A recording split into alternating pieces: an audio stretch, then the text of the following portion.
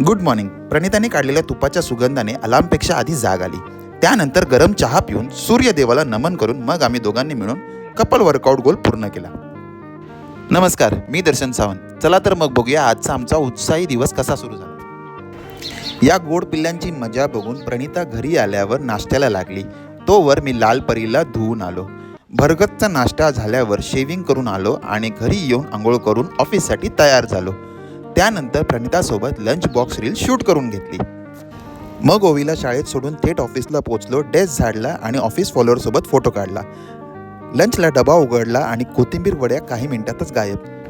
मग महिन्याचा पहिला सोमवार म्हणून ढिगभर काम होतं ते केले. एक ग्रीन टी पियालो आणि पुन्हा कीबोर्ड तोडायला बसलो.